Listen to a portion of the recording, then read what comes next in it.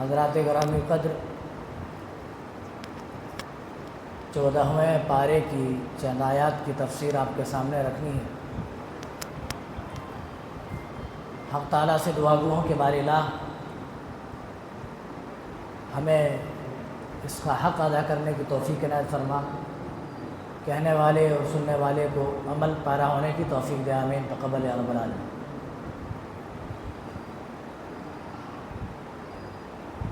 اس پارے کا آغاز اللہ تعالیٰ نے ایمان کی اہمیت سے کیا ہے کہ ایمان اتنی بڑی چیز ہے اللہ کے نزدیک، ایمان کا اتنا بڑا مقام ہے۔ اللہ تعالیٰ کہہ رہا ربما یود الذین کفروا لو کانوا مسلمین، وہ وقت ضرور آئے گا جب یہ کافر خود کہیں گے لو کانوا مسلمین، یہ کاش کہ وہ مسلمان ہوتے۔ جہاں ایک غیر مسلم تمنا کریں گے، آرزو کریں گے کہ وہ کاش کے مسلمان ہوتے، ایمان والے ہوتے۔ کس دن کی بات ہو رہی ہے؟ قیامت کے دن کی بات ہو رہی ہے۔ اللہ فرما رہا ہے ذرہم یاکلوا ویتمتعوا ویلہہم الامل فسوف یعلمون۔ آپ ان کو چھوڑ دیجئے، ان کا کام تو کھانا کھانا ہے، مزے کرنا ہے اور لمبی لمبی پلاننگ کرنی ہے۔ کھانا کھانا، موج مستی کرنا اور لمبے لمبے خواب سجانا، جو کچھ یہ کر رہے ہیں فَسَوْفَ يَعْلَمُونَ، وہ ان قریب جان لینے والے ہیں۔ وہ وقت آئے گا جب یہ کافرین خود کہیں گے اے کاش کہ وہ ایمان والے ہوتے۔ ان الذین کفروا وماتوا وهم کفار فلن يقبل من احدهم ملء الارض ذهبا۔ قیامت کا دن ایک کافر پوری زمین بھر کر کے سونا بھی اللہ کو دینا چاہے تاکہ اللہ کی گرفت سے، اللہ کے عذاب سے بچ جائے، فلن يقبل من احدهم، اللہ کہہ رہا ہے ان میں سے کسی کا یہ فدیہ قبول نہ کیا جائے گا۔ کوئی اگر پوری زمین بھر کر کے اللہ کو سونا دینا چاہے اس کے بدلے کہ انہیں اللہ کے عذاب سے بچا لیا جائے، تو اللہ کہہ رہا فلن يقبل من احدهم، ان میں سے کسی کا یہ ہدیہ اس دن قبول نہ کیا جائے گا۔ ایمان کا اتنا بڑا مقام ہے، ایک دو ٹکڑے کی بات نہیں ہو رہی ہے، بلکہ زمین بھر کر کے سونا بھی دے کر کے ایمان والوں کی صف میں ایک کافر خود کو نہیں کھڑا کر پائے گا۔ یہ ایمان کا مہتو ہے۔ اور جو دوسرے آیت کے ٹکڑے میں بات کہی جا رہی ہے، آپ ان کو چھوڑ دیجئے، رہنے دیجئے، بس ان کا کام تو کھانا کھانا ہے، موج کرنا ہے اور لمبے لمبے پلان کرنا ہے۔ بظاہر تو یہ کافروں کے لیے آیت اتری ہے، لیکن میرے مسلمان ساتھیوں ذرا غور کرو، کیا یہ صفات آج ہم مسلمانوں کے اندر نہیں ہیں؟ ہم میں سے کتنے ایسے مسلمان ہیں جو صرف دنیا کے خواہش مند ہیں، جو صرف دنیا کی زندگی رنگین کرنا چاہتے ہیں، انہیں اپنی آخرت کی خبر نہیں ہے۔ اللہ فرما رہا ہے بل تؤثرون الحیات الدنیا، میرے بندو تم تو دنیا کی زندگی کو ترجیح دیتے ہو، والآخرۃ خیر وابقی، جبکہ آخرت کی زندگی تمہاری کہیں زیادہ تمہارے لیے بہتر ہے، وابقی، اور آخرت ہی کی زندگی باقی رہنے والی ہے۔ دنیا کی زندگی تو فنا ہو جانے والی ہے، ختم ہو جانے والی ہے۔ آج ہماری سانسیں چل رہی ہیں، ہم بھی چل رہے ہیں، لیکن اچانک کسی بیماری کا حملہ ہوا، اچانک پھر موت کا بلاوا آ گیا، ہم اللہ کے پاس چلے گئے۔ یہی ہماری زندگی کی حقیقت ہے۔ ہماری دنیاوی زندگی کی حقیقت پانی کے بلبلے جیسی ہے۔ بارش کا قطرہ زمین پہ گرتا ہے، ببولا پھولتا ہے، دوسرا قطرہ اس ببولے کے اوپر گرتا ہے، وہ ببولا پھوٹ جاتا ہے۔ یہی ہماری دنیاوی زندگی کی مثال ہے۔ آج ہم رب کی دی ہوئی طاقتوں سے چل پھر رہے ہیں، لیکن جب رب کا بلاوا آئے گا، موت کا وقت آئے گا، ہمارا کام تمام ہو جائے گا۔ ذرہم یاکلوا، انہیں چھوڑ دیجئے، ان کا کام تو بس کھانا پینا ہے، موج مستی کرنا ہے، دنیا میں انہیں موج مستی کرنے دو، لیکن وہ دن آئے گا جب ان کی پکڑ ہوگی، وہ دن آئے گا جب ان کی گرفت ہوگی۔ آج ہم میں سے کتنے لوگ دنیا کی زینتوں میں اس قدر گم نظر آتے ہیں کہ وہ آخرت کے آج تقاضوں سے بے خبر ہو گئے۔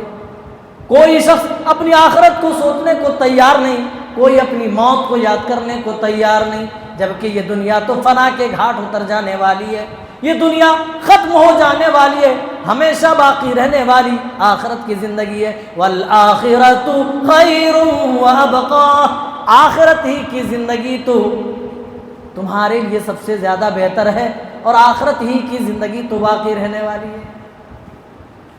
دنیا نے کس کے ساتھ وفا کی ہے بتائیے؟ دنیا اپنی چیزیں مزین کر کے ہمارے سامنے ظاہر کرتی ہیں اور ہمیں دھوکے میں ڈالتی ہے۔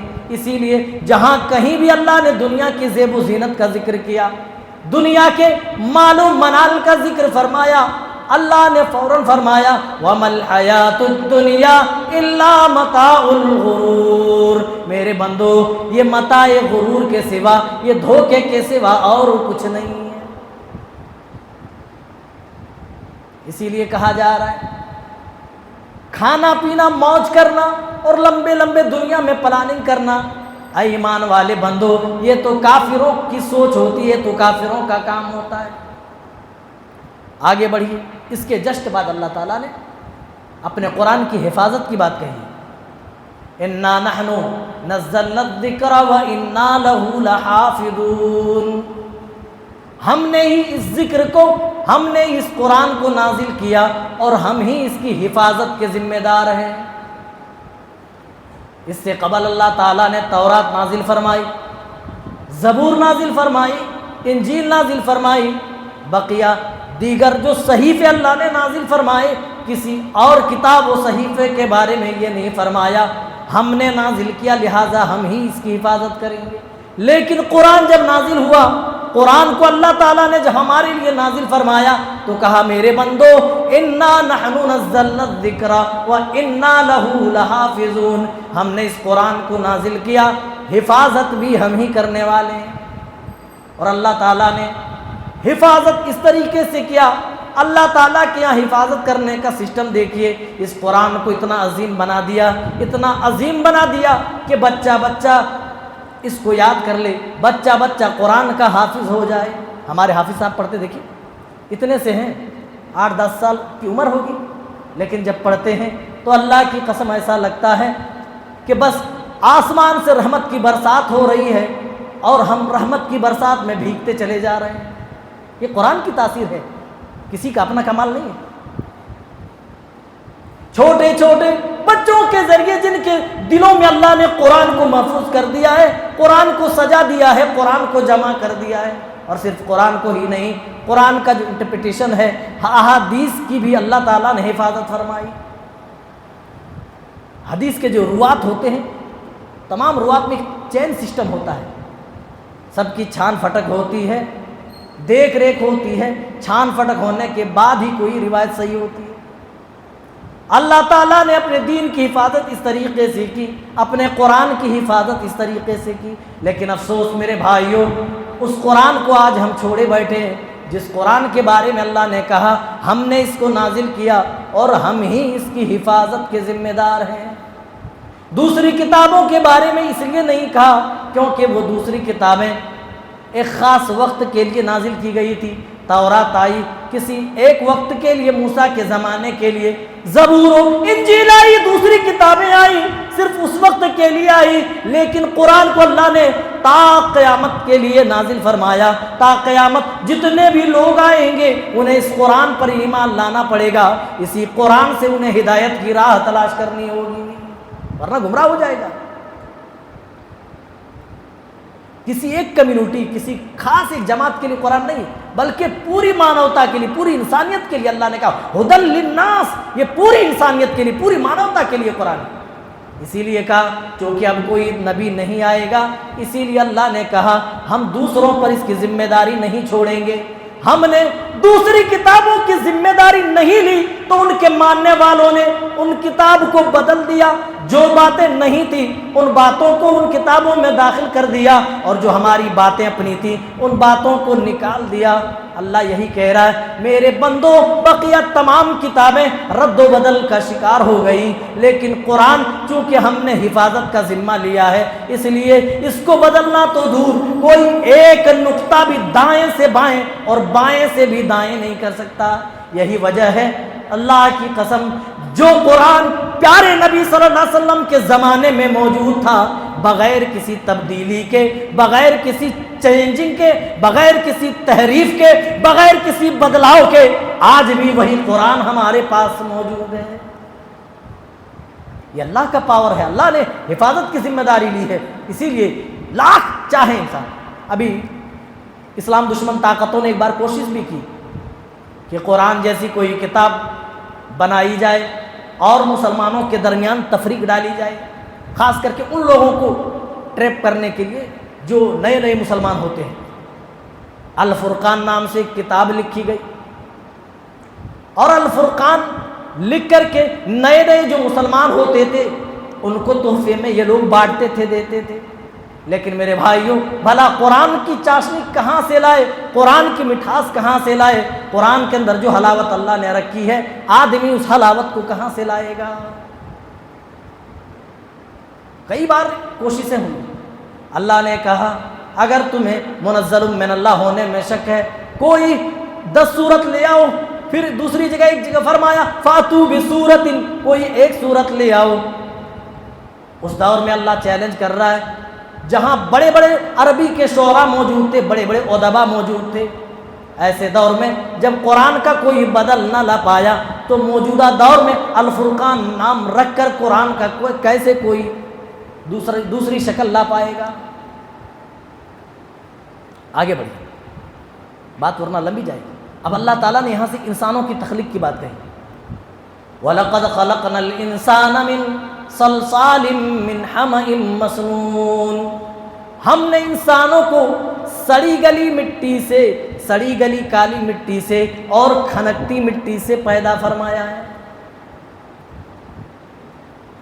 دیکھیں، صلصال من حمأ مسنون، صلصال اور حمأ مسنون کہا گیا، جانتے ہیں جو سوکھی مٹی ہوتی ہے عربی میں اس کو تراب کہتے ہیں، وہی مٹی بھیگ جائے تو تراب کے بجائے ہم طین کہتے ہیں، طوسین۔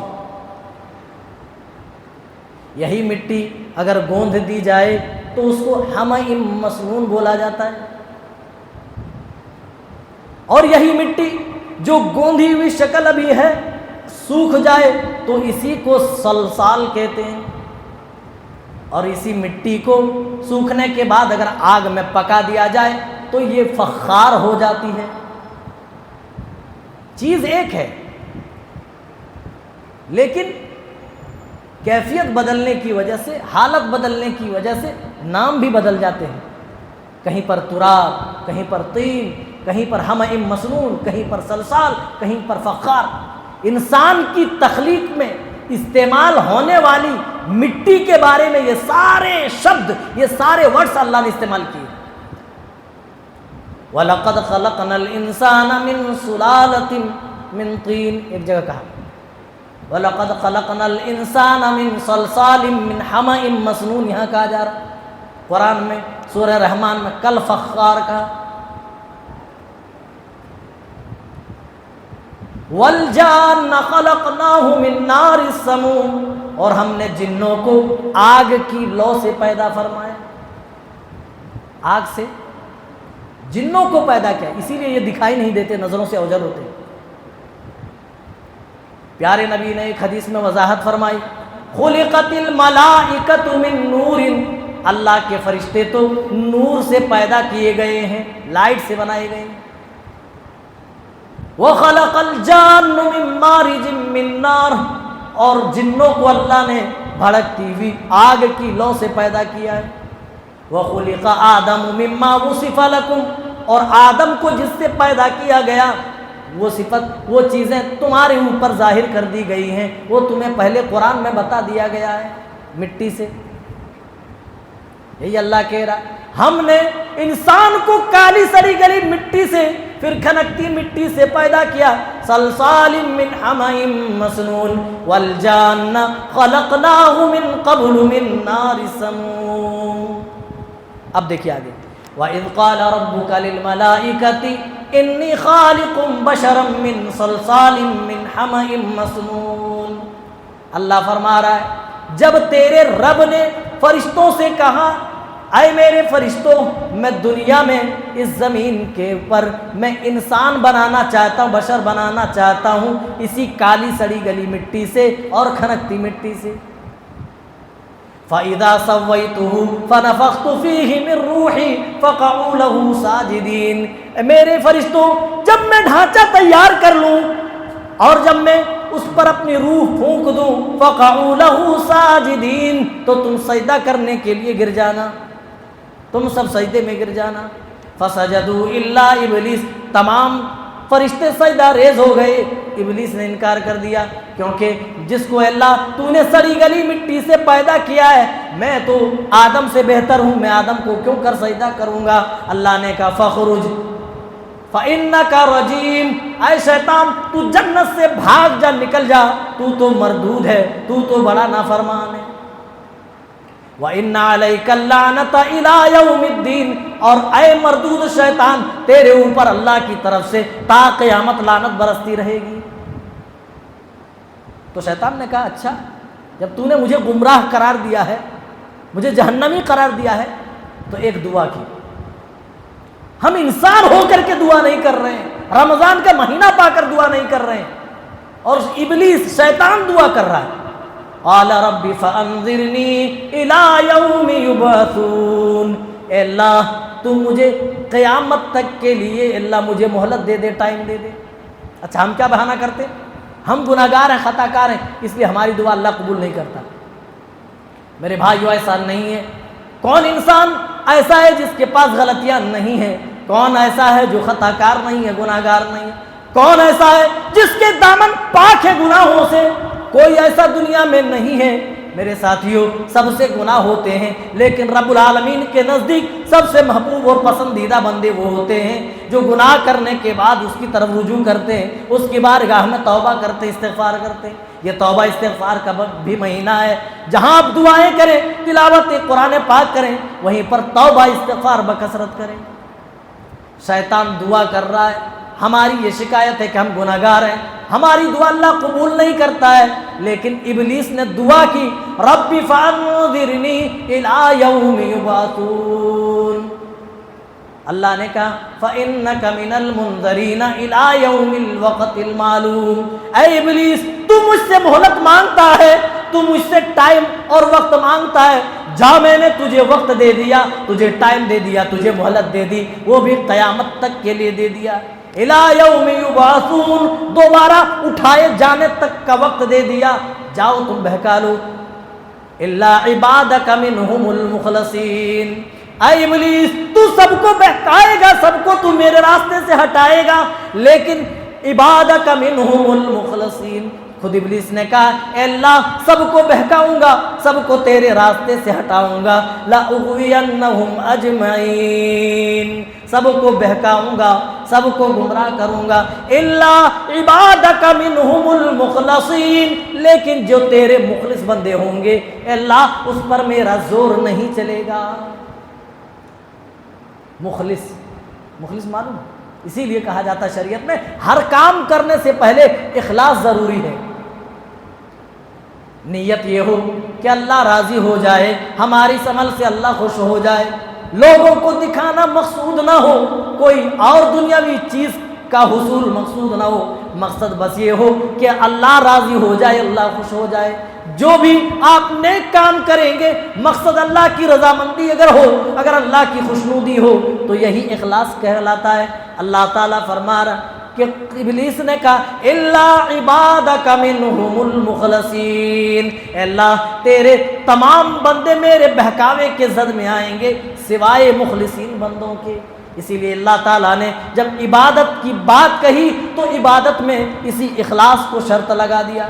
مخلصین لہ الدین، میرے بندو جب تم میری عبادت کرو، جب تم میری عبادت کرو، میری بندگی کرو تو اخلاص کے ساتھ کرنا، مجھے خاص کرتے ہوئے کرنا، میری عبادت میں کسی کو شریک و ساجی نہ بنانا۔ سمجھ میں آیا اخلاص کیا ہوتا ہے؟ اسی لیے مفعول کہا کہ اللہ یہ اخلاص کی دولت دیتا ہے، انسان کی اپنی صلاحیت نہیں ہوتی ہے، یہ اللہ کی طرف سے، اسی لیے مخلصین، مخلصین نہیں مخلصین کہا گیا ہے۔ آگے بڑھیے، قال رب بما اغویتنی لأزینن لهم فی الارض ولأغوینہم اجمعین الا عبادک منہم المخلصین قال هذا صراط علی مستقیم ان عبادی لیس لک علیہم سلطان الا من اتبعک من الغاوین۔ اللہ نے بھی کہا میرے بندوں میں وہ لوگ تیرے بہکاوے میں آئیں گے جو ضال ہوں گے، جو گمراہ ہوں گے، جو صحیح راستے سے بھٹکے ہوئے لوگ ہوں گے، ورنہ اے ابلیس، اے شیطان، تیرے بہکاوے میں میرے بندے نہیں آئیں گے۔ اور ان سب کا ٹھکانہ میں جہنم میں بنانے والا ہوں، سب کو جہنم میں اکٹھا کرنے والا ہوں۔ جو میرے راستے سے ہٹے گا، جو میرے راستے کی پیروی سے روگردانی کرے گا، ان تمام کو میں جہنم میں جمع کر دوں گا، اور اسی کا وعدہ ہے۔ اب اللہ تعالیٰ نیک بندوں کا ذکر کر رہا ہے، جو بندے اللہ تعالیٰ کی فرما برداری کرتے ہوئے جنت کو جائیں گے۔ ان المتقین فی جنات وعیون، بے شک تقوی شعار لوگ، بے شک پرہیزگار لوگ، بے شک نیکوکار لوگ اس دن باغات میں ہوں گے، اس دن چشموں میں ہوں گے، اس دن اللہ کی بنائی ہوئی جنتوں کے اندر ہوں گے۔ فی ظلال فی جنات وعیون ادخلوها بسلام آمنین، قیامت کے دن ان سے کہا جائے گا ادخلوها، تم جنت کے اندر داخل ہو جاؤ، بسلام آمنین، امن و سلامتی کے ساتھ جنت میں داخل ہو جاؤ۔ جنتیوں کی انٹری کیسے ہوگی؟ انشاءاللہ خطبے میں جنت کا بیان آئے گا، انشاءاللہ بتائیں گے ہم انٹری کیسے جنتیوں کو دی جائے گی، جنتیوں کا استقبال کس قدر ہوگا۔ اللہ وہی کہہ رہا ہے، اور جنت کا تو یہ حال ہے، دنیا میں ہم ایک دوسرے سے جلا کرتے ہیں، ایک دوسرے سے حسد کرتے ہیں، کوئی اچھا کھائے، اچھا پیے، اچھا اپنا رہن سہن بنا لے تو آدمی جل بن کر کے خاک ہو جاتا ہے۔ بعض دفعہ تو کچھ لوگ جادو ٹونے بھی اپنے بھائی کے خلاف کرا دیتا ہے، لیکن اللہ کہہ رہا ہے میری جنت میں جو لوگ آئیں گے وَنَزَعْنَا مَا فِي صُدُورِهِم مِّن غِلٍّ، ان کے سینوں میں جو کچھ تھا کینہ کپٹ بغض عداوت کی شکل میں سب کچھ ہم نکال دیں گے۔ وَنَزَعْنَا مَا فِي صُدُورِهِم مِّن غِلٍّ إِخْوَانًا عَلَىٰ سُرُرٍ مُتَقَابِلِينَ، ان کو بھائی بھائی بنا کر ان کو جنت میں داخل کر دیں گے، وہ ایک دوسرے کے مقابل اپنی اپنی مسندوں پر ٹیک لگائے ہوئے بیٹھ کر کے باتیں کر رہے ہوں گے، چشموں کے کنارے بڑے بڑے گھنے درختوں کے سائے تلے اپنی مسندوں پر تکیہ لگا کر ٹیک لگائے جنتی باتیں کر رہے ہوں گے، ایک دوسرے کے مقابل آمنے سامنے بیٹھے ہوں گے۔ یہاں بھی متقابلین کا لفظ ہے، آمنے سامنے بیٹھ کر کے باتیں کر رہے ہوں گے، بھائی بھائی اللہ تعالیٰ بنا دے گا، کسی کے خلاف دل میں کینہ کپٹ بغض عداوت دشمنی ان سب چیزوں کا نام بھی موجود نہیں ہے۔ اللہ کہہ رہا سب کچھ ہم نکال کر پاک صاف کر کے، جہاں ان کے ظاہری پاکی کا خیال رکھا جائے گا وہیں پر باطنی صفائی کا بھی ہم خیال کریں گے۔ اسی لیے وَنَزَعْنَا مَا فِي صُدُورِهِم مِّن غِلٍّ، جو بھی بغض عداوت کینہ کپٹ کی شکل میں دنیا میں ان کے دلوں میں موجود تھا سب کچھ ہم نکال کر باہر کر دیں گے، اور ان کو صاف دل بنا کر بھائی بھائی بنا کر جنتوں میں ڈالیں گے۔ یہ جنتوں کے اندر ایسے ہی آمنے سامنے کا مزہ پائیں گے، ہمیشہ جنتوں میں رہیں گے۔ نبی عبادی انی انا الغفور الرحیم، میرے بندوں کو خبر دے دیجئے، انی انا الغفور الرحیم، میں بخشنے والا نہایت مہربان ہوں۔ نبی عبادی انی انا الغفور الرحیم وَأَنَّ عَذَابِي هُوَ الْعَذَابُ الْعَلِيمُ، ساتھ میں یہ بھی بتا دیجئے کہ میرا عذاب بھی بڑا دردناک ہے۔ جہاں اپنا رحم و کرم بیان کرنے کا حکم دیا، وہیں پر اپنا عذاب و عقاب بھی بیان کرنے کا حکم دیا۔ رحم و کرم مومنین بندوں کے ساتھ ہوں گے اور عذاب و عقاب کافروں کے ساتھ ہوں گے، مشرکوں کے ساتھ ہوں گے۔ اللہ وہی کہہ رہا ہے کسی مشرک پر اللہ اس دن کسی کافر پر رحم نہ کرے گا، اللہ یہ کہ کوئی توبہ کر لے اور ایمان کی دولت لے کر کے جائے، ورنہ اگر کفر پر کسی کا خاتمہ ہوا، شرک پر خاتمہ ہوا اور وہاں چلا گیا تو رب کی عدالت میں نجات نہیں ملے گی، یاد رکھیے۔ آگے بڑھیے۔ وَنَبِّئْهُمْ عَنْ ضَيْفِ إِبْرَاهِيمَ إِذْ دَخَلُوا عَلَيْهِ فَقَالُوا سَلَامًا قَالَ إِنَّا مِنْكُمْ وَجِلُونَ۔ اور اللہ فرما رہا ہے اے نبی حضرت ابراہیم کے مہمانوں کے بارے میں بھی ان کے سامنے ذکر کر دیجئے، ان کو بتا دیجئے، مہمانوں کا حال بھی بتا دیجئے۔ کچھ فرشتے انسانی شکل میں حضرت ابراہیم علیہ السلام کے پاس آئے تھے۔ اسی آیت سے مشابہت رکھتی ہوئی 12ویں پارے میں آیت گزر چکی ہے۔ انسانی شکل میں آئے، حضرت ابراہیم علیہ السلام نے مہمان نوازی کے طور پر ایک بچڑے کو ذبح کیا اور تازہ تازہ گوشت بھون کر کے لے آئے۔ اللہ، پتہ یہ چلا کوئی مہمان آ جائے تو مہمان نوازی میں مرغوب چیزیں کھلائی جائیں، مرغوب چیزیں جو پسندیدہ چیز ہو وہ دی جائیں۔ اپنے یہاں مہمان آ جائے تو مہمان کو بھی موجودہ دور میں لوگ بڑی ہی حقارت کی نگاہ سے دیکھتے ہیں، خاص کر کے عورتیں منہ چڑھاتی ہیں، 2 پلیٹ زیادہ دھونے پڑیں گے، روٹیاں زیادہ بنانی پڑے گی۔ میرے بندو، تم میری نعمتوں کو گننا چاہو گے، میری نعمتوں کو شمار کرنا چاہو گے، لا تحصوہا، تم میری نعمتوں کو شمار نہ کر پاؤ گے، میری نعمتوں کو گن نہ پاؤ گے۔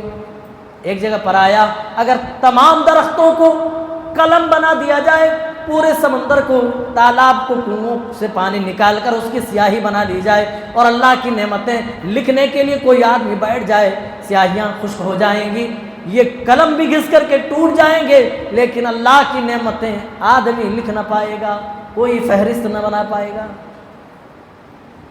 ہم اپنے جسم کے اوپر ہی غور کریں، اللہ نے جو ہمیں آنکھ دی ہے، کوئی کیمرہ ان آنکھوں کا مقابلہ کر سکتا ہے؟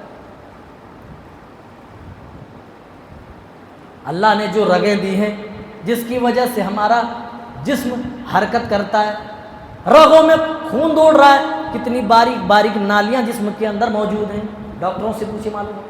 اور اللہ نے ان رگوں کو زندہ رکھنے کے لیے ایک پمپ ڈال دیا جو پمپ کرتا رہتا ہے، دل کی شکل میں وہ پمپ کرتا رہتا ہے، تمام رگوں تک خون پہنچاتا رہتا ہے۔ اسی طرح زندہ رہنے کی ہماری پوری باڈی اللہ نے تیار کر دی، یہ مشین تیار کر دی۔ دل دھڑک رہا ہے، بار بار دھڑک رہا ہے، پمپ کر رہا ہے اور بلڈ کو تمام نسوں تک پہنچا رہا ہے۔ ہم اپنے کام کاج میں مشغول ہیں، دوسرے اپنے معمولات میں مصروف ہیں، لیکن دل برابر کام کر رہا ہے، کس کے حکم پر؟ اور ایک دن آئے گا یہ دل کام کرنا بند کر دے گا، ایک دن آئے گا یہ دل رک جائے گا، اپنا ورک نہ کرے گا، اپنا کام بند کر دے گا، ہمارا کام تمام ہو گیا، ہم چلے جائیں گے۔ اللہ وہی کہہ رہا وَإِن تَعُدُّوا نِعْمَةَ اللَّهِ لَا تُحْصُوهَا، میرے بندو ہم نے تمہارے اوپر اتنے احسانات کیے، اتنی میری نعمتیں ہیں دنیا میں، تم وشے سوچی بنانا چاہو، تم فہرست بنانا چاہو، لا تحصوها، تم اس کو شمار نہیں کر پاؤ گے، گن نہ پاؤ گے۔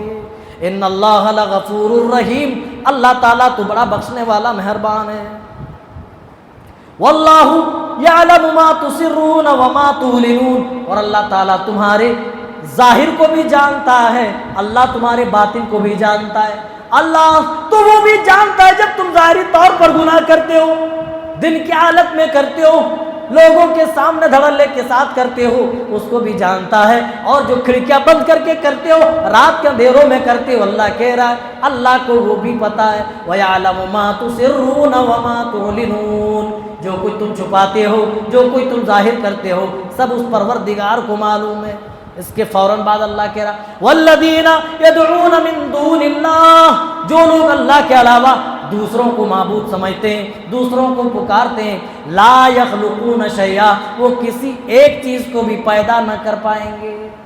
کوئی ایک چیز ان کو پیدا کرنے کے لیے بولو تو ایک چیز بھی پیدا نہیں کر سکتے، لیکن معبود لوگوں نے بنا دیے، لوگ اللہ کے علاوہ اس کو پکار رہے ہیں۔ لا یخلقون الشیء، وہ کیسے دوسرا کوئی چیز پیدا کرے گا، وہم یخلقون، وہ تو خود پیدا ہوا ہے، یعنی اس کا بنانے والا اللہ ہے، بھلا وہ کیسے کسی کو بنا پائے گا، کوئی چیز وجود میں لا پائے گا جو خود وجود میں آیا ہو۔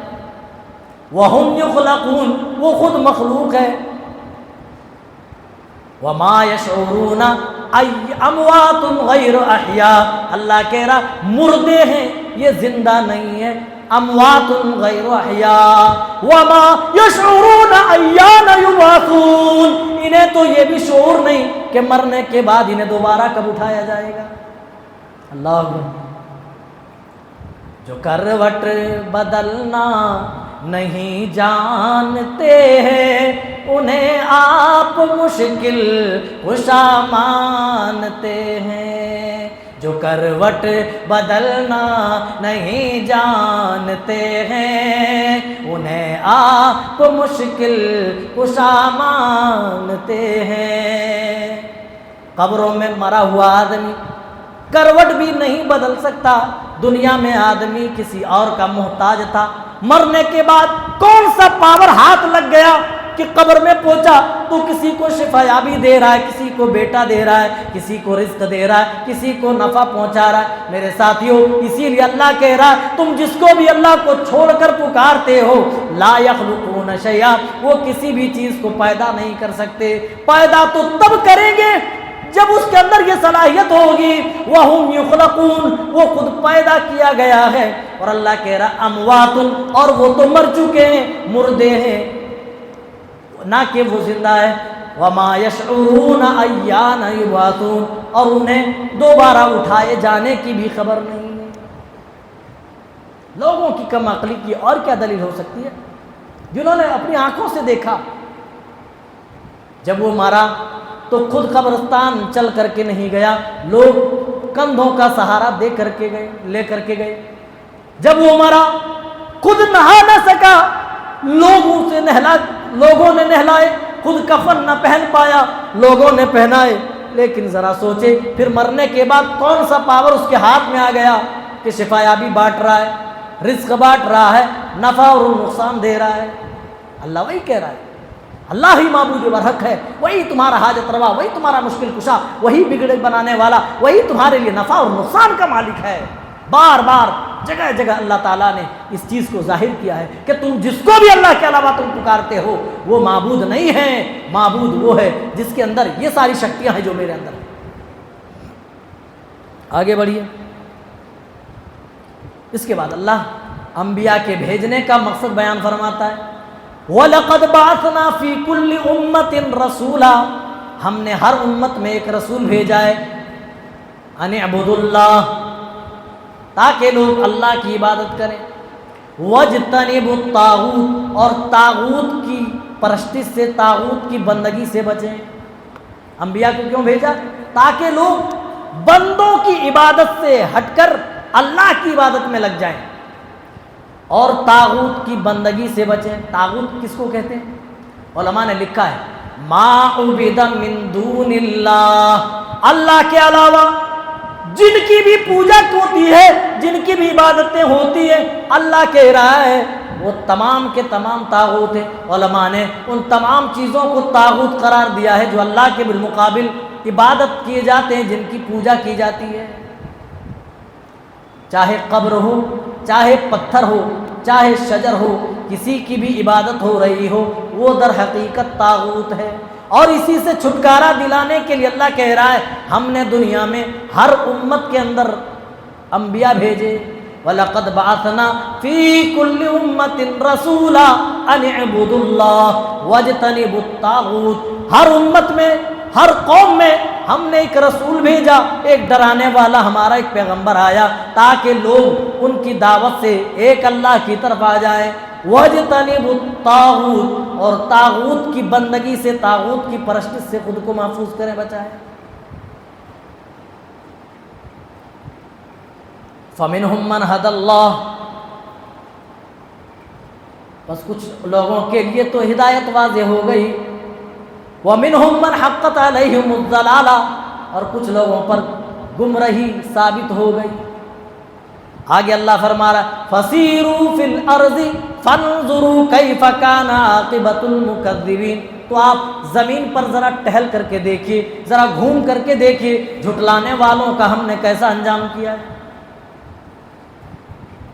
سن 9 ہجری میں پیارے رسول صلی اللہ علیہ وسلم قوم سمود کے علاقے سے گزر رہے تھے جنگ تبوک کے لیے، قوم سمود کے علاقے سے گزر رہے تھے۔ صحابہ بیان فرماتے ہیں پیارے نبی جب ان عذاب آنے والے علاقوں سے جب گزر رہے تھے، پیارے نبی نے اپنے چہرے پر کپڑا ڈال لیا اور فرمایا صحابہ سے میرے ساتھیو، تم قوم سمود و قوم عاد کی طرف سے گزر رہے ہو، یہاں سے گزرتے ہوئے اللہ سے پناہ مانگو اور روتے ہوئے گزرو۔ اللہ وہی تعلیم دے رہا فَسِيرُوا فِي الْأَرْضِ، آپ زمین پر ٹہل کر کے دیکھیے، آپ جا کر کے دیکھیے كَيْفَ كَانَ عَاقِبَةُ الْمُكَذِّبِينَ، ہم نے جھٹلانے والوں کا انجام کیا کیا۔ کسی قوم کو اللہ تعالیٰ نے ان کی بستی پلٹ دی، کسی قوم پر ریح سرسر تیز و تند آندھی دے کر کے اللہ نے نیست و نابود کر دیا۔ 7 دن اور 8 دن اور 7 راتوں تک مسلسل ریح سرسراتی رہی، تیز و تند ہوا چلتی رہی، بڑے بڑے کھجور کے تنوں کے برابر تھے، سب کو اللہ تعالیٰ نے نیست و نابود کر دیا۔ اتنے طاقتور لوگ تھے، اپنے ہاتھوں سے تراش تراش کر کے، پہاڑوں کو تراش تراش کر کے وہ اپنے محلات تیار کرتے تھے، اپنے گھر بناتے تھے۔ لیکن جب اللہ سے بغاوت کی تو اللہ نے کسی قوم پر پتھروں سے بارش کی، کسی قوم پر اللہ تعالیٰ نے آگ برسائی، اور کسی پر اللہ تعالیٰ نے پوری کی پوری بستی ہی پلٹ دی۔ سخت چیخ و پکار کی شکل میں بھی اللہ نے عذاب نازل فرمایا۔ وہی اللہ کہہ رہا ہے اگر انبیاء بھیجنے کے بعد بھی، انبیاء کے دعوت دینے کے بعد بھی کوئی شرک پرستی، قبر پرستی میں اگر ملوث رہے، طاغوت پرستی میں لگا رہے، تو پھر آپ زمین پر ٹہل کر کے دیکھیے اس طرح کرنے والوں کا انجام ہم نے کیا کیا۔ آگے بڑھیے، اب عورتوں کے بارے میں بیان کیا جا رہا ہے، بیٹیوں کے بارے میں۔ پرانے دور میں بیٹیوں کا کیا حال تھا، بیٹیوں کے ساتھ کیا سلوک کیا جاتا تھا، اللہ اس کو بیان کر رہا ہے وَإِذَا بُشِّرَ أَحَدُهُمْ بِالْأُنثَىٰ، جب انہیں بیٹی کی بشارت دی جاتی تھی، بیٹی کی خوشخبری سنائی جاتی تھی، ظَلَّ وَجْهُهُ مُسْوَدًّا، تو مارے غم کے ان کے چہرے کالے پڑ جاتے تھے، وَهُوَ كَظِيمٌ، اور وہ اندر ہی اندر گھٹن محسوس کرتا رہتا تھا، يَتَوَارَىٰ مِنَ الْقَوْمِ مِنْ سُوءِ مَا بُشِّرَ بِهِ، اس غم سے لوگوں سے چھپتا پھرتا کہ اس کو وہ کیا کرے، اپنے ساتھ رکھے یا مٹی تلے دبا دے۔ ام یدسوہ فی التراب الا ساء ما یحکمون، اے لوگو تم بیٹیوں کے حق میں کیسا فیصلہ کرتے ہو۔ میری قوم کی بیٹیوں ماؤں کو سوچنا چاہیے، کل تک تمہارا کوئی مقام نہیں تھا، لوگ تمہاری ذات کو منحوس سمجھا کرتے تھے، باعث ذلت سمجھا کرتے تھے، لیکن اللہ کے رسول صلی اللہ علیہ وسلم نے فرمایا من آل جاریتین، جنہوں نے 2 بچیوں کی پرورش کر لی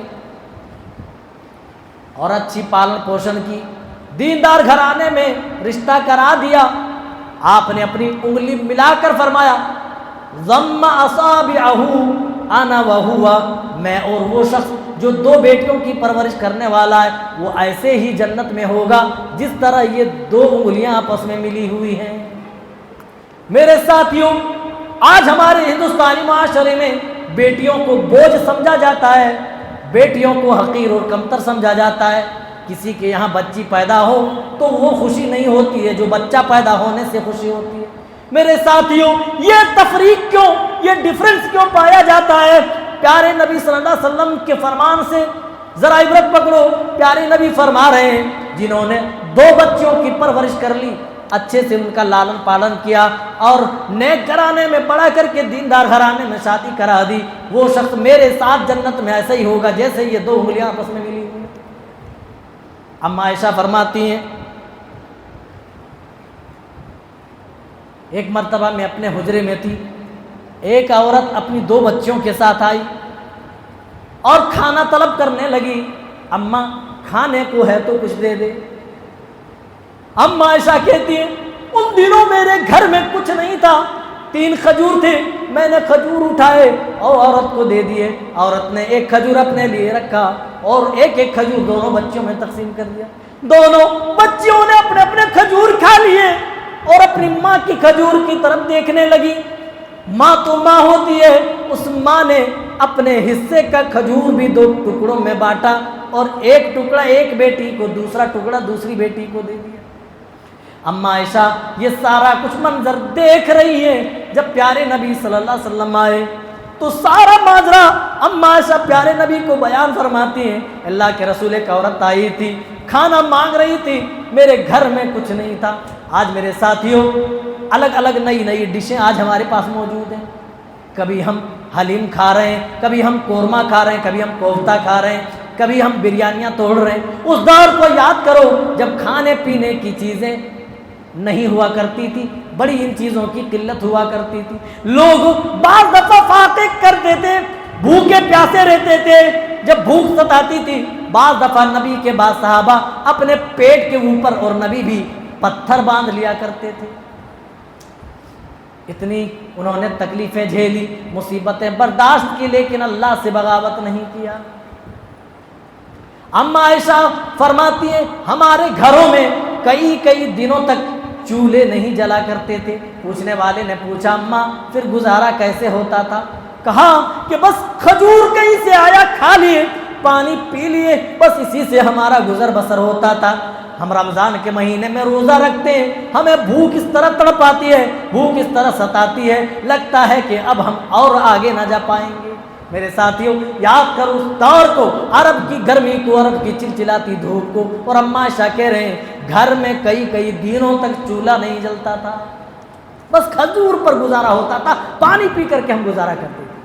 اماں عائشہ سب کچھ منظر پیارے نبی کو بتاتی ہیں، کہتی اللہ کے رسول عورت آئی، کھانا مانگ رہی تھی، کچھ تھا نہیں، کھجور تھے میں نے دے دیے، بچیوں نے اپنا کھجور کھا لیا اور ماں کے کھجور اس سے بھی مانگنے لگی، تو ماں نے اپنا کھجور توڑ کر دونوں بیٹیوں میں تقسیم کر دیا۔ اماں عائشہ کی آنکھیں تر ہو گئی، پیارے نبی کی آنکھیں بھی بھیگ گئی، اور پیارے نبی نے اس وقت ایک فرمان سنایا تھا، جو بیٹیوں پہ آزمایا گیا، جو ان بیٹیوں کے ذریعے سے آزمایا گیا، کن لہو سترم من النار، قیامت کے دن یہ بیٹیاں ان کے لیے جہنم کی آڑ بننے والی ہیں، بیٹیاں جہنم کی ڈھال بننے والی ہیں۔ او بیٹیوں کو حقیر سمجھنے والوں، او بیٹیوں کو کمتر سمجھنے والوں، قیامت کے دن یہی بیٹیاں تمہارے لیے جہنم کی آڑ بنیں گی، جہنم سے تمہارے لیے ڈھال بننے والی ہیں۔ جہاں بیٹی آتی ہے یاد رکھو وہاں رحمتیں بھی برستی ہیں۔ پیارے نبی اپنی بیٹی کا کتنا خیال رکھتے تھے۔ حضرت فاطمہ الزہرا جب آتی تھی اپنی جگہ سے پیارے نبی اٹھ جاتے تھے، اپنے بیٹھنے کی جگہ پر اپنی بیٹی اپنے گوشے جگر فاطمہ الزہرا کو بٹھاتے تھے۔ آگے بڑھیے میرے بھائی، اس کے بعد اللہ فرماتا ہے واللہ اخرجکم من بطون امہاتکم لا تعلمون شیئا، اللہ تعالیٰ نے تمہیں تمہاری ماں کے پیٹ سے نکالا، لا تعلمون شیئا، اس حال میں کہ تم کچھ بھی نہ جانتے تھے۔ میرے بندو تمہیں بھوک لگتی تھی تب بھی تم روتے تھے، کسی اور چیز کی طلب ہوتی تھی تب بھی تم روتے تھے، لا تعلمون شیئا، تم کچھ بھی نہیں جانتے تھے، تمہیں کچھ بھی عطا پتہ نہیں تھا۔ بچے کو پتہ ہوتا ہے، بچہ روتا رہتا ہے، ماں دودھ دیتی ہے تب بھی بعض دفعہ بچہ روتا رہتا ہے۔ اللہ وہی کہہ رہا ہے یاد کرو اس وقت کو جب ہم نے تمہیں تمہاری ماں کے پیٹ سے نکالا، تم کچھ بھی نہیں جانتے تھے۔ اللہ کہہ رہا ہے پھر ہم نے دنیا میں تجھے سب کچھ سکھایا۔ اچھا قرآن یہ ہمیں تاثر دے رہا ہے کہ انسان جب آتا ہے تو اسے کچھ پتہ نہیں ہوتا ہے، لیکن پیران پیر کے بارے میں کیا عقیدہ رکھا جاتا ہے کہ شیخ عبد القادر جیلانی رحمہ اللہ 15 پارہ حافظ ہو کر کے آئے، استغفر اللہ، اور قرآن کہہ رہا ہے ہم نے تمہیں تمہاری ماں کے پیٹ سے نکالا، لا تعلمون شیئا، تم کچھ بھی نہیں جانتے تھے۔ اور یہاں کیا عقیدہ بنایا جا رہا ہے کہ جب حضرت پیدا ہوئے تو 15 پارہ حفظ کر کے پیدا ہوئے، استغفر اللہ ثم استغفر اللہ۔ اس طریقے سے باطل عقیدے گڑھ لیے جاتے ہیں تاکہ بزرگوں کی شان بڑھ جائے۔ میرے بھائیو، ان بزرگوں کی شان نہیں بڑھا رہے ہو، بلکہ ان پر تم تہمت لگا رہے ہو، ان پر الزام لگا رہے ہو، اور اللہ کے ساتھ بھی خیانت کر رہے ہو۔ اللہ کہہ رہا بھائی کوئی کچھ نہیں جانتا جب وہ پیدا ہوتا، تم کہ تو نہیں، ہمارے حضرت جب پیدا ہوئے تو 15 پارہ حفظ کر کے آئے تھے، 15 پارہ حفظ کر کے پیدا ہوئے، تو یہ بھائی قرآن کے خلاف نہیں ہے، یہ تو سراسر قرآن کے خلاف ہے۔ کون سمجھائے؟ قرآن ہمارے عقیدوں کی اصلاح کر رہا ہے۔ میرے بندو، جب تم اپنے ماں کے پیٹ سے نکلے تھے تمہیں کچھ نہیں معلوم تھا، پھر وہی زبان جو تمہاری زبان تتلاہٹ پن کا شکار تھی، دھیرے دھیرے تمہاری زبان میں شکتی آنے لگی، طاقت آنے لگی، تم بولنے لگے۔ وہی پیر جو اب تک ڈگمگا رہے تھے، اللہ نے اس میں شکتی ڈال دی، تم صحیح طور پر چلنے لگے۔ وہی دل و دماغ جو کھیل کی طرف بار بار جاتا تھا، وہ دل و دماغ اب کام کاج کی طرف، دنیا کیسے گزارنی ہے، کس طریقے سے دنیا میں جینا ہے، ان تمام ضروریات زندگی کے بارے میں وہ دل و دماغ سوچنے پر مجبور ہوا۔ اللہ کہہ رہا ہے یاد کرو کہاں سے کہاں تک ہم نے تم کو پہنچایا۔ لا تعلمون شیئا وجعل لكم السمع والابصار والافئدة لعلكم تشکرون، اور ہم نے تمہارے کان بنائے، ہم نے تمہاری آنکھیں بنائی، ہم نے تمہارے دل بنائے، لعلکم تشکرون، تاکہ تم شکر گزاری کرو۔ یہ 3 نعمت ایسی ہیں اگر چھن جائے تو انسان کی زندگی برباد ہو جائے، اجیرن ہو جائے، مقدر ہو جائے۔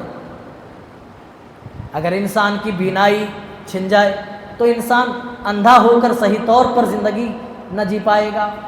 انسان اگر بہرا ہو جائے تب بھی صحیح طور پر دنیا میں زندگی نہ گزار پائے گا۔ اسی طرح اگر دل و دماغ کو اللہ لاک کر دے، سمجھنے اور سوچنے کی صلاحیتیں سلب کر لے، پاگل و مجنوں بنا دے، تب بھی دنیا میں زندگی گزارنا دوبھر ہو جائے گا۔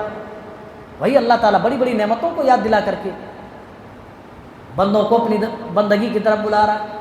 ہم نے تمہارے کان بنائے، ہم نے تمہاری آنکھیں بنائی، ہم نے تمہارا دل بنایا، لعلکم تشکرون، اے میرے بندو اس لیے تاکہ تم میری شکر گزاری کرو۔ اور سب سے بڑی شکر گزاری یہ ہے کہ رب کا جب بلاوا آئے، آدمی رب کے بلاوے پر فوراً مسجد میں آ جائے، اپنے جبین نیاز کو رب کی بارگاہ میں جھکا لے، اپنا بندہ ہونے کا اقرار کر لے، اور رب العالمین کو رب ہونے کو اقرار کر لے۔ یہی رب ہم سے مطالبہ کرتا ہے، ورنہ کسی بھی نعمت کے بارے میں اللہ یہ نہیں کہتا ہے میرے بندو یہ نعمتیں ہم نے تم کو عطا کی ہے، لہٰذا ان نعمتوں کے بدلے تم ہمیں بل پے کرو۔ سورج کی روشنی دی تو نہیں مانگا، زمین دی تو نہیں مانگا، آسمان بنایا تو نہیں مانگا، پانی برسایا تو بل نہیں مانگا، مانگتا کیا ہے؟ وَمَا خَلَقْتُ الْجِنَّ وَالْإِنسَ إِلَّا لِيَعْبُدُونَ۔ او میرے بندو تم سے میرا مطالبہ یہی ہے، تمام جن و انس سے یہی مطالبہ ہے، تم اپنے جبین و نیاز کو صرف میری ہی بارگاہ میں جھکانا۔ سب سے بڑا ناشکرا وہ شخص ہے جو رب کا بلاوا سن لینے کے بعد بھی آدمی خود کو اپنے کام کاج میں مشغول رکھے، خود کو دوسری لایانی چیزوں میں مشغول و مصروف رکھے، اس سے بڑا ناشکرا کوئی نہیں، یاد رکھے۔ ناشکری کی بہت ساری قسمیں ہیں، لیکن اس سے بڑھ کر اور کوئی ناشکری نہیں ہو سکتی ہے۔ کھلایا جس نے، پلایا جس نے، اس کی تابعداری کے بجائے آدمی اپنی مرضی کی زندگی جینے میں مصروف ہے، تو میرے بھائیو یہ سب سے بڑی ناشکری ہے۔ اسی لیے جب بھی مسجد کے مناروں سے اذان کی آواز بلند ہو، فوراً رب کے بلاوے پہ آ جایا کرو۔ ایسا نہیں کہ رمضان ختم ہوگا بس مسجد کو ہم ویران چھوڑ کر کے ہم اپنے اپنے گھروں کو چلے جائیں گے، نمازیں مسجد کے ذمہ لگا دیں گے، نہیں۔ آگے بڑھیے، اس کی بھی بات اللہ نے کہی ہے۔ اب ایک آیت میں پیش کر کے میں بات ختم کر رہا ہوں۔ اللہ تعالیٰ نے اس کے اندر 6 چیزوں کی بات کہی، 3 چیزوں کو کرنے کا حکم دیا اور 3 چیزوں سے رکنے کی تعلیم دی۔ ان اللہ یأمر بالعدل، اللہ تعالیٰ تمہیں عدل کرنے کا حکم دیتا ہے، والاحسان، احسان کرنے کا حکم دیتا ہے، وإیتاء ذی القربیٰ، قرابت داروں کو دینے کا حکم دیتا ہے، اور روکتا کن چیزوں سے؟ وَيَنْهَا عَنِ الْفَحْشَاءِ، تمہیں بے حیائی کے کاموں سے روکتا ہے، وَالْمُنْکَرِ، گناہوں کے کام سے روکتا ہے، وَالْبَغْیِ، اور ظلم و زیادتی سے اللہ روکتا ہے۔ 3 چیزوں کا اللہ حکم دے رہا ہے، وہیں پر 3 چیزوں سے روک رہا ہے۔ تفصیل کا موقع نہیں، اور بھی 1-2 آیتیں۔ اب میں آخر میں وہ آیت پیش کر رہا ہوں میرے بھائیوں جو ہمارے لائق ہے، ہم سب کے لائق ہے۔ اللہ نے اس عورت کی مثال پیش کی جو عورت خود اپنے ہاتھ سے دھاگا سمیٹتی ہے، پھر دھاگا جب پوری طرح سمٹ جاتا ہے تو پھر اپنے ہاتھ سے اس دھاگے کو کاٹ دیتی ہے۔ وَلَا تَكُونُوا كَالَّتِي نَقَضَتْ غَزْلَهَا مِن بَعْدِ قُوَّةٍ أَنْكَاثًا، اس عورت کی طرح مت ہو جانا جو سوتا کاٹتی ہے، جو دھاگا سمیٹتی ہے، دھاگا کاٹتی ہے، جب کاٹ لیتی ہے تو پھر اپنے ہی ہاتھ سے دھاگے کو ٹکڑوں میں منقسم کر دیتی ہے، کاٹ ڈالتی ہے، پھاڑ ڈالتی ہے۔ محنت کر کے اس کو پہلے کاٹتی ہے، پھر اسی محنت پر پانی پھیرتی ہے چھری چلا کر کے۔ تو میرے ساتھیوں، اب رمضان کا مہینہ آیا، ہم روزہ رکھ رہے ہیں، ہم نماز بھی پابندی کے ساتھ ادا کر رہے ہیں، تراویح بھی پڑھ رہے ہیں، قرآن کی تلاوت بھی کر رہے ہیں، دعا بھی کر رہے ہیں، اور دوسرے نیک اعمال ہم کر رہے ہیں۔ ایسا نہ ہونے پائے کہ رمضان ختم ہونے کے بعد تم مسجدوں سے بھاگ جاؤ شیطان کی طرح، ایسا نہ ہونے پائے کہ مسجد کو تم ویران کر دو۔ اس عورت کی طرح اپنے عمل پر پانی مت پھیرنا جو عورت اپنے ہاتھ سے دھاگا کاٹتی ہے اور جب دھاگا تیار ہو جاتی ہے تو اس کو اپنے ہاتھ سے ٹکڑے ٹکڑے کر دیتی ہے۔ اگر ہم نے رمضان کے بعد مسجد کو آباد نہ رکھا، رمضان کے بعد بھی ہم نمازوں میں نہ آئے، تو اللہ کی قسم ہماری مثال اس عورت کی طرح ہے جو عورت دھاگا تو کاٹتی ہے محنتوں سے، لیکن اس کے بعد فوراً اس دھاگے کو اپنی چھری سے کاٹ کر ٹکڑوں میں بانٹ دیتی ہے۔ تو اس عورت کی طرح اللہ نے کہا کہ مت ہو جانا جو عورت اپنے ہاتھ سے محنت کرتی ہے، دھاگا کاٹتی ہے، پھر اس کو ٹکڑوں میں بانٹ دیتی ہے، کاٹ ڈالتی ہے۔ یہ چند باتیں ہیں اس پارے سے متعلق، اور اسی پر ہم اپنی بات کو ختم کریں گے۔ اللہ تعالیٰ ہم تمام کو صحیح سمجھتا کرے، کہنے سننے سے زیادہ اللہ ہم سب کو عمل کی توفیق دے۔ آمین۔ والسلام علیکم ورحمۃ اللہ وبرکاتہ۔